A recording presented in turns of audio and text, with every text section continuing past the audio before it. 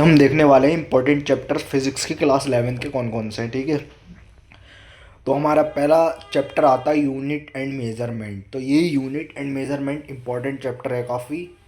इसमें से average question आपको दो देखने को मिलेंगे ही मिलेंगे। ठीक है, दो क्वेश्चन आप जो है एवरेज मान सकते हैं इस चैप्टर से, यूनिट एंड मेजरमेंट से।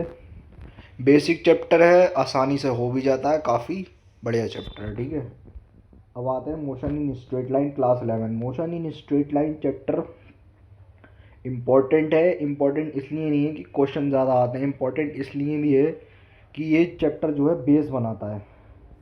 पूरी 11th का जो है इस चैप्टर से जो है बेस बनता है क्लास 11th का। ठीक है, motion in a straight line. उसके बाद चैप्टर 2 आता है हमारा मोशन इन अ प्लेन।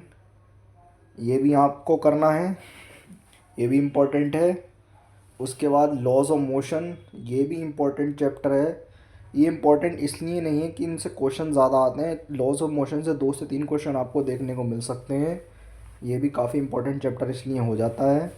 उसके बाद आते हैं हम वर्क पावर एनर्जी पे। वर्क पावर एनर्जी भी एक इम्पॉर्टेंट चैप्टर है, क्योंकि ये सारे चैप्टर मिला के बेस बनाते हैं पूरी फिज़िक्स का। ठीक है, इसलिए ये इम्पोर्टेंट चैप्टर हैं। उसके बाद सिस्टम ऑफ पार्टिकल्स है। सिस्टम ऑफ पार्टिकल्स के क्वेश्चन आपको ज़्यादातर इसलिए देखने मिलेंगे, ये चारों 5 चैप्टर जो हैं, unit and measurement, motion in a straight line, motion in a plane, laws of motion, work power energy, इन सबको मिला के जो है सिस्टम ऑफ पार्टिकल से क्वेश्चन बनाए जाते हैं। ठीक है, तो हमारे कितने चैप्टर हो गए? 6 चैप्टर हो गए टोटल। 6 चैप्टर में से आपको जो है करीब से करीब 7 से 8 क्वेश्चन देखने को मिल सकते हैं। उसके बाद आते हैं ग्रेविटेशन। ग्रेविटेशन भी काफ़ी इंपॉर्टेंट है।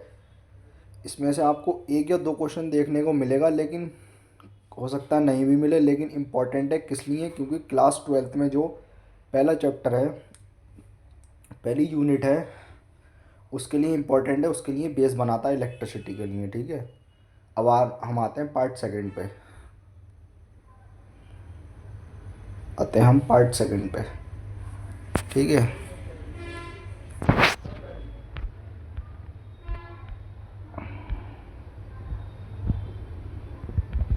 पार्ट सेकंड हमारा ये आ गया है।